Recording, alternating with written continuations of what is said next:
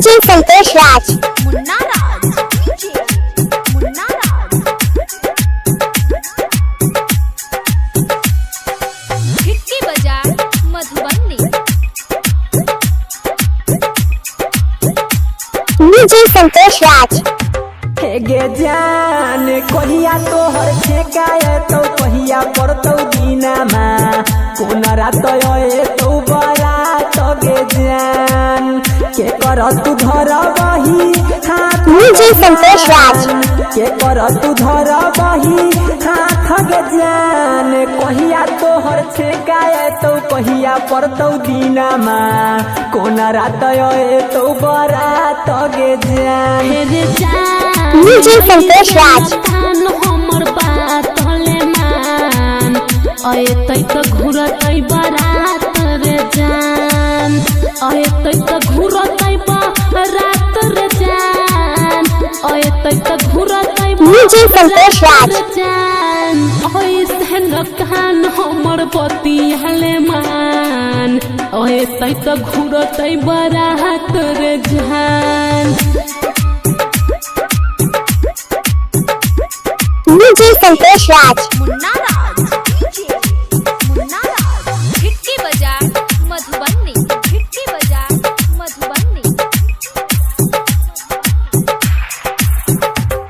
गे जान परते डीजे संतोष राज जइबे पराई हमरा के जइबे रुलाई गे जान हमरा के जइबे रुलाई गे जान हमरा के जइबे रुलाई गे डीजे संतोष राज कहिया तोहर ठेकाए तो कहिया पड़तौ दीनामा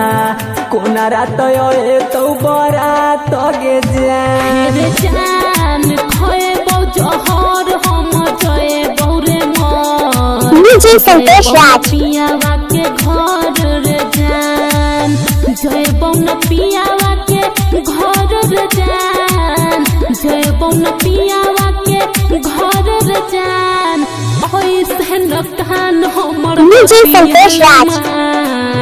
ओइसे त घुरतै बारात रे जान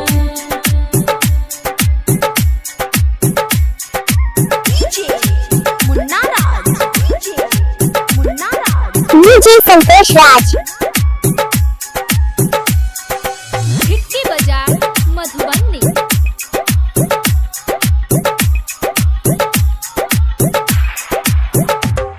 गे जान रंजन रंगा डीजे संतोष राज पूर दिलही दिलावा जाई छही चंदन के साथ गे जान जाई छही चंदन के साथ गे जान जाई छही चंदन के साथ गे डीजे संतोष राज या तोहर ठेकाए तो कहिया पड़तौ दीनामा कोन रात आए तो बारात गे जान रे जान सपना तो रोए तो दोसर के न होए तो